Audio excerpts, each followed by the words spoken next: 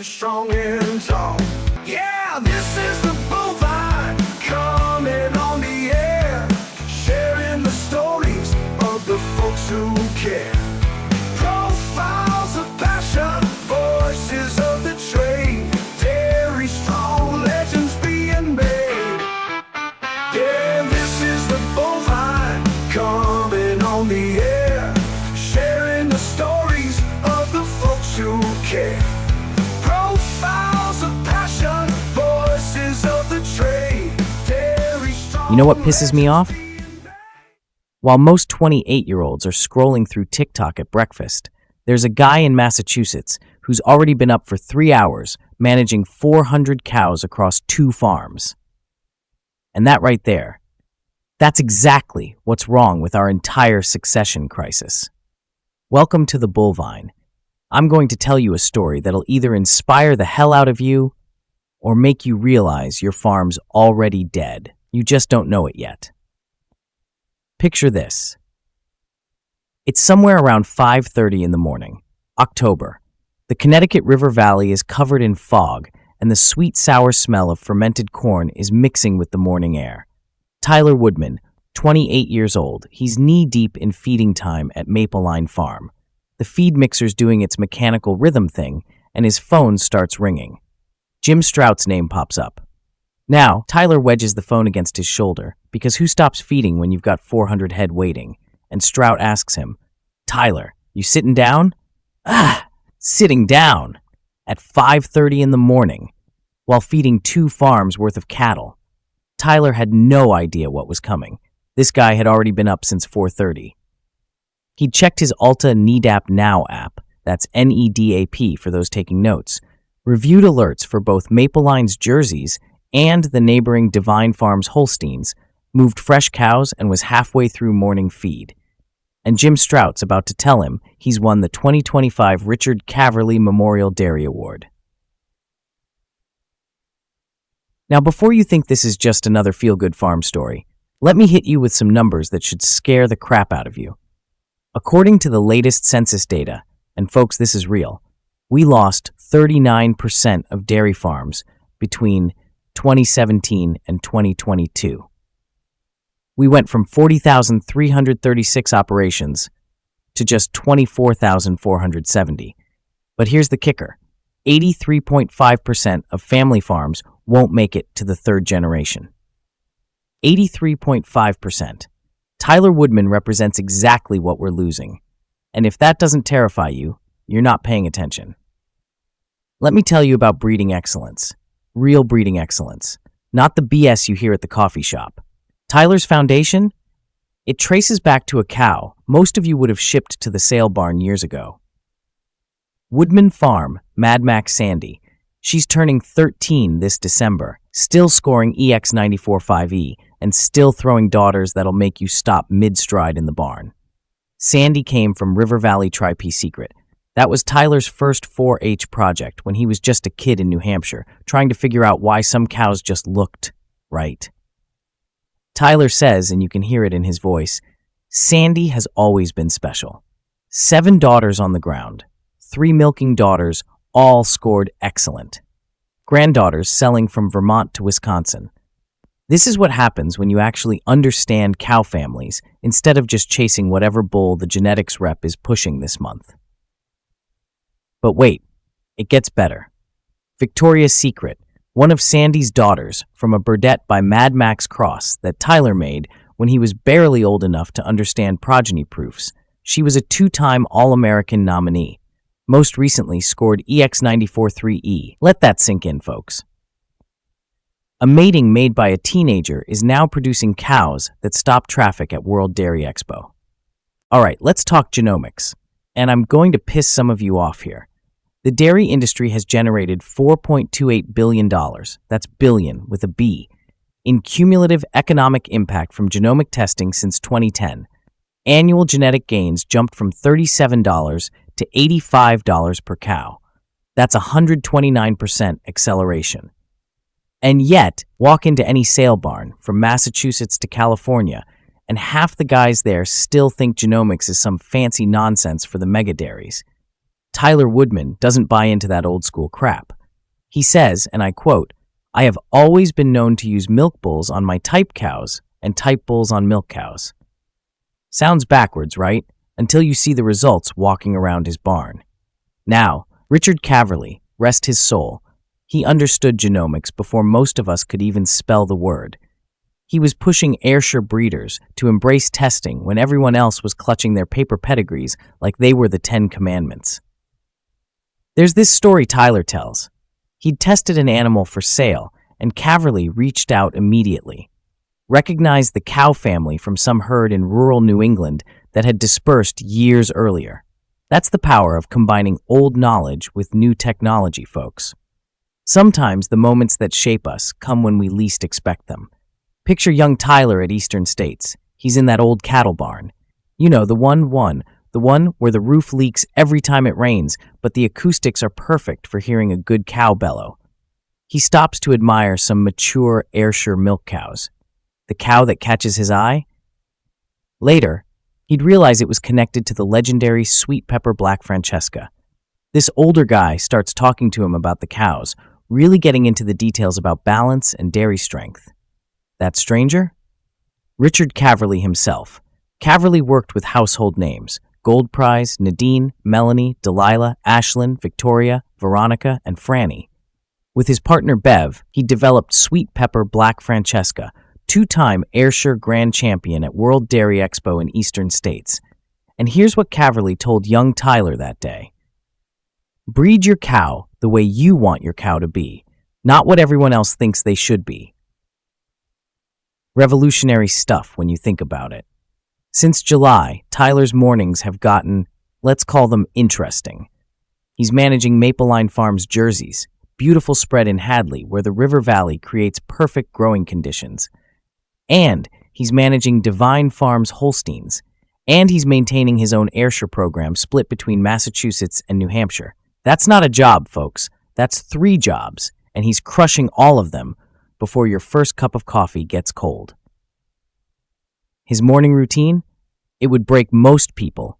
Hell, it would break most of the farmers, posting sunrise photos on Instagram. 4:30 a.m. wake up. Immediately checks the itThe Now app on his phone. The system tracks eating, rumination, inactive behavior, basically telling him which cows need attention before they even know they need attention. Tyler says, the Ayrshires adjust very well to the commercial setting with the jerseys. They milk well and look good doing it. But here's what he's not saying: integrating specialty breeds into commercial operations.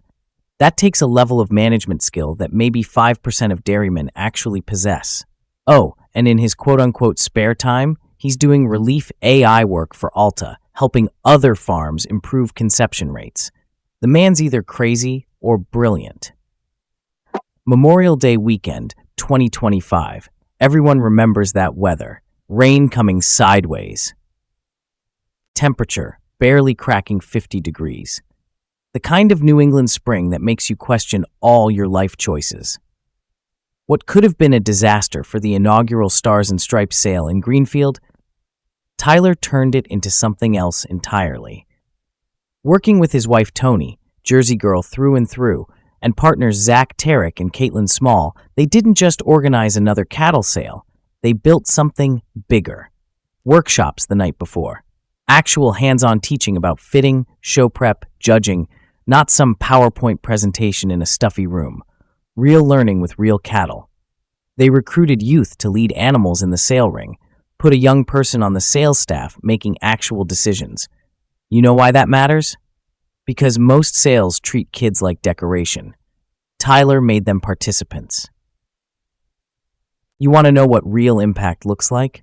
Not Facebook likes or Instagram followers. Actual impact? Let me tell you about Livy Russo. 2020, middle of COVID when everything was sideways. Her family reaches out looking for a project calf. Most people would have just run the credit card and shipped the animal. Tyler? He loads up the trailer, drives the calf up to northern Vermont himself. That's a 6-hour round trip, and starts a relationship that would transform this kid's life.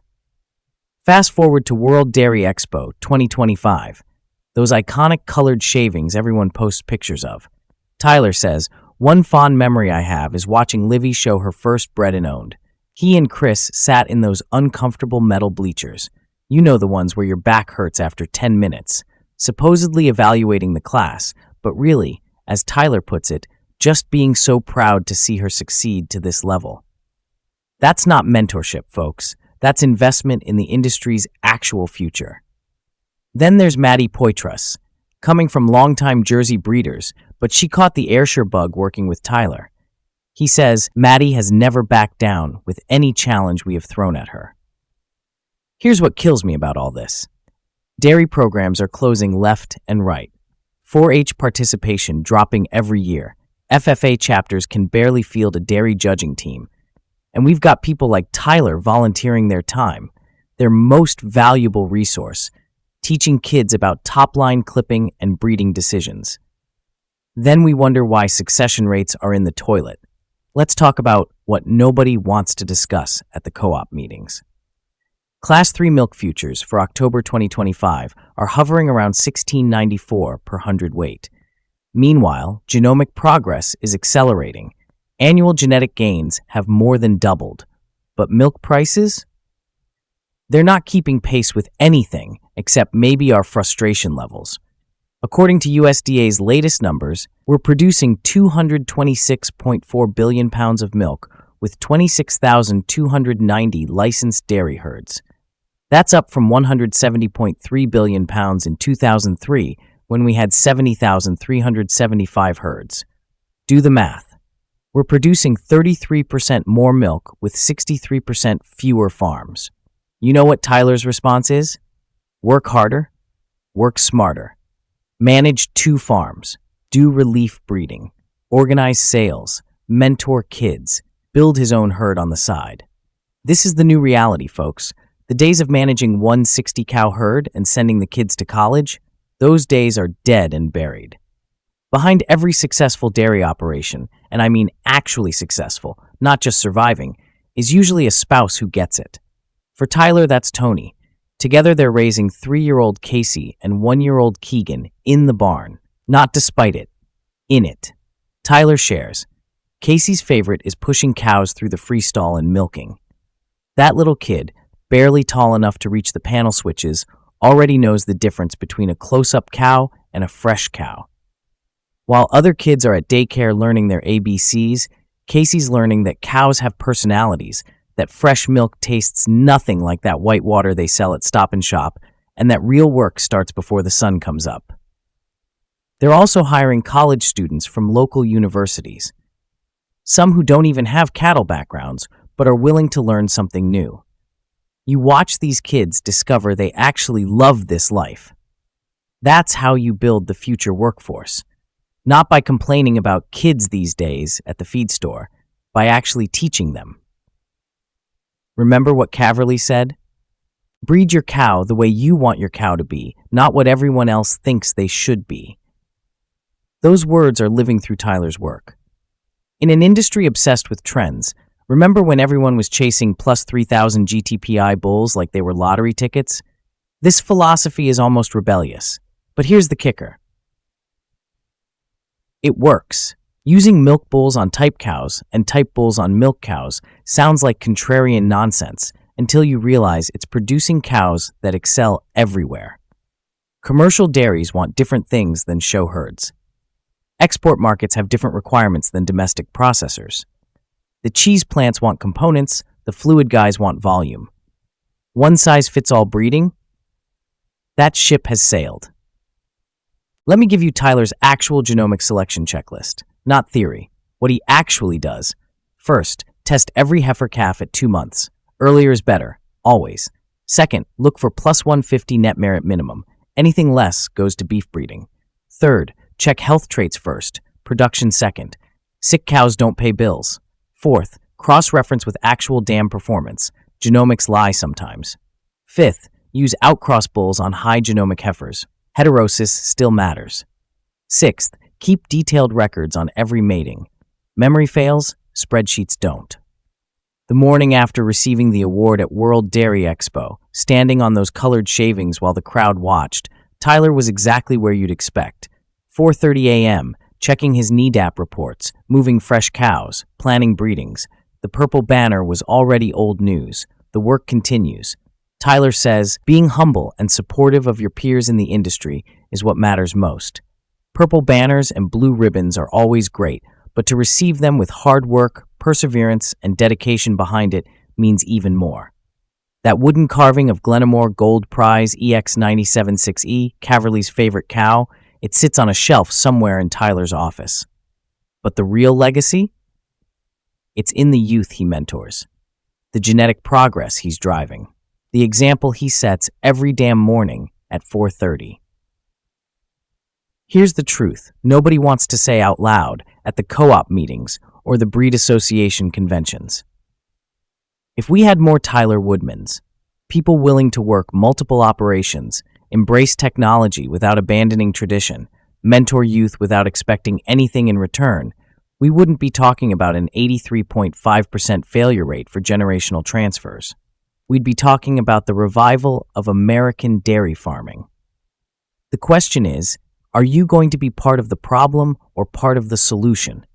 Because while you're thinking about it, scrolling through your phone, complaining about milk prices at the coffee shop, Tyler Woodman's already 3 hours into his day, making decisions that'll impact the industry for generations, teaching a kid how to fit a heifer, running genomics on next year's calf crop, building something that'll outlast us all. And that phone that rang in the middle of morning chores? It wasn't just announcing an award winner. It was announcing what the future of dairy farming looks like. If we're smart enough to pay attention. Look, I don't care if you think Tyler's breeding philosophy is crazy. I don't care if you believe genomics are a waste of money. But you better care that this 28-year-old is doing what 83.5% of you can't, building a dairy operation that'll survive the next decade. His morning routine will shame you. His breeding philosophy will anger you. And his results? They'll force you to admit everything you believe about dairy succession is wrong. This isn't inspiration porn, folks. This is the blueprint for the only dairy model that survives 2030. You've been listening to The Bullvine. Now get off your ass and do something about it.